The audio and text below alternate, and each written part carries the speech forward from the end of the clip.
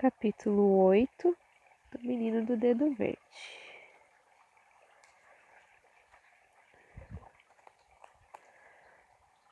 No qual Tisto tem um sonho horroroso e o resultado disso. Não há a menor dúvida, Tisto fazia a si mesmo muitas perguntas, até mesmo dormindo. Na noite da lição de ordem, ele teve um terrível pesadelo. É claro que sonho é sonho, e não devemos dar aos mesmos uma importância exagerada. Mas ninguém pode evitar os sonhos. Ora, Tisto, quando estava dormindo, viu seu pônei ginástico inteiramente raspado e andando em roda entre altas paredes escuras. E atrás dele os puros sangues, groselha, também de cabeças raspadas, vestidos com roupas de listras e os pés enfiados em ridículas botinas. Rodavam sem parar. De repente, o pônei ginástico, olhando à direita e à esquerda para verificar que ninguém o estava observando, tomou um impulso e deu um salto para transpor a grade, mas foi cair justamente em cima das pontas de ferro. Plantado lá em cima, esperneava com seus 4 sapatos e relinchava de dor. Tisto acordou sobressaltado, com a fronte banhada em suor e o coração aos pulos. Felizmente isso não passa de um sonho, disse logo consigo mesmo. Ginástico está na cavalariça e os puros sangues também. Mas não conseguiu adormecer de novo. O que seria tão triste para cavalo deve ser ainda pior para a gente, pensou ele. Por que tornarem tão feios aqueles pobres prisioneiros? Isso não pode ajudá-los a melhorar. Tenho certeza de que se me fechassem ali, mesmo sem ter feito nada de ruim, eu acabaria muito mal. Que será que a gente podia fazer para que eles sofressem menos?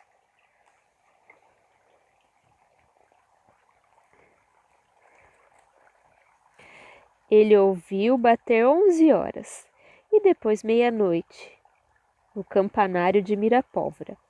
E de repente uma ideiazinha começou a fazer-lhe cócegas, bem no fundo da cabeça.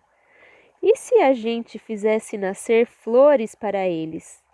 A ordem ficaria menos feia e os prisioneiros talvez se tornassem mais comportados.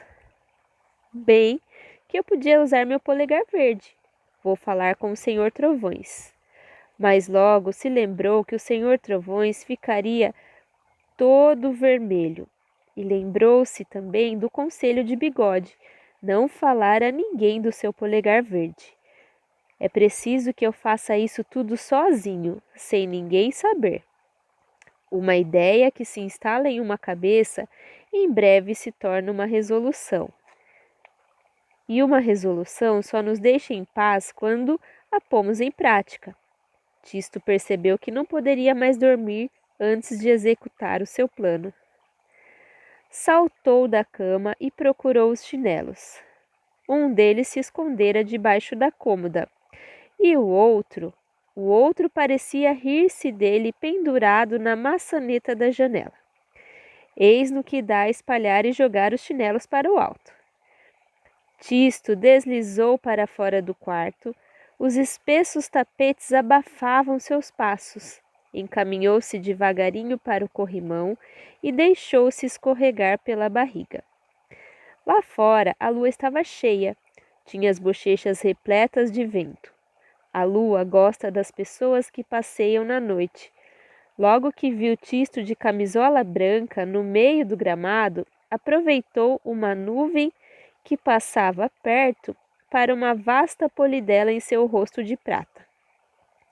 Se eu não tomar conta desse garoto, pensou ela, vai acabar caindo num buraco.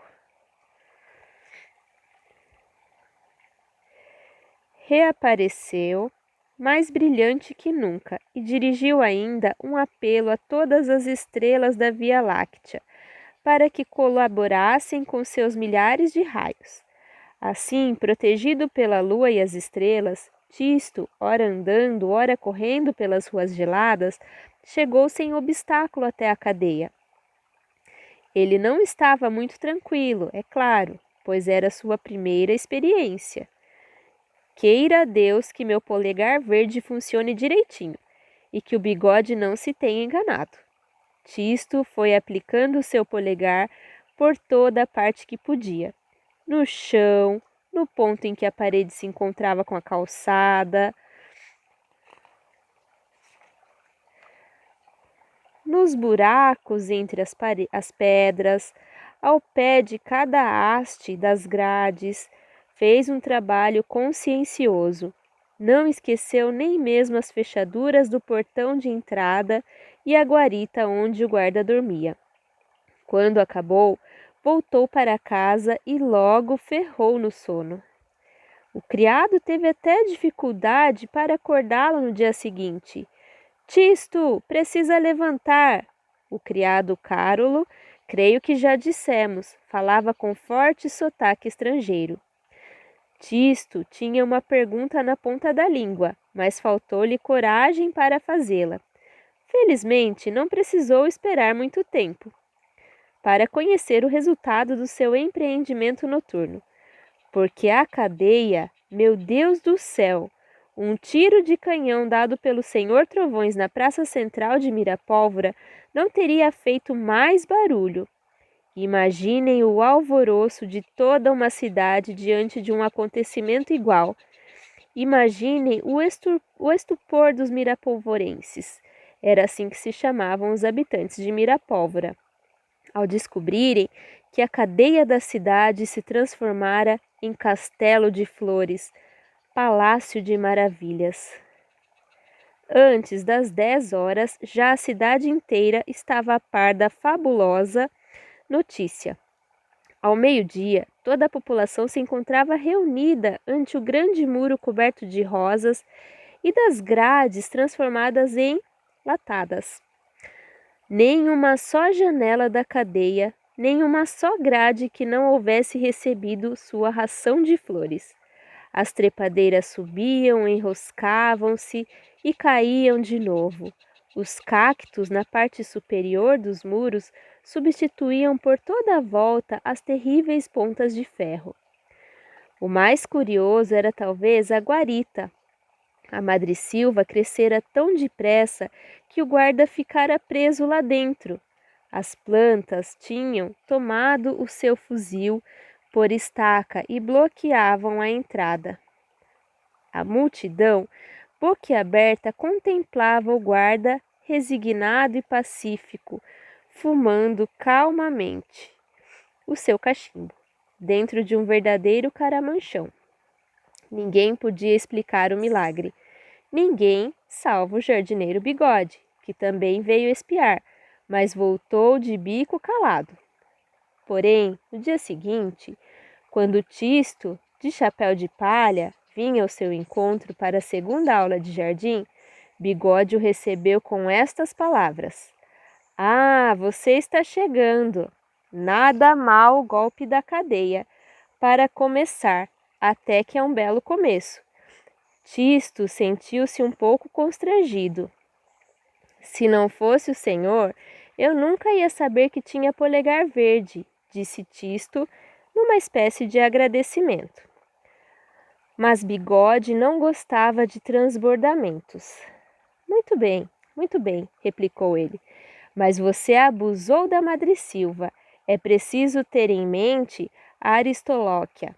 É uma trepadeira que dá bem, mas de folha bem escura. Na próxima vez, insista mais nos volúveis, que dão uma nota de alegria." Assim, Bigode tornou-se o conselheiro secreto de Tisto.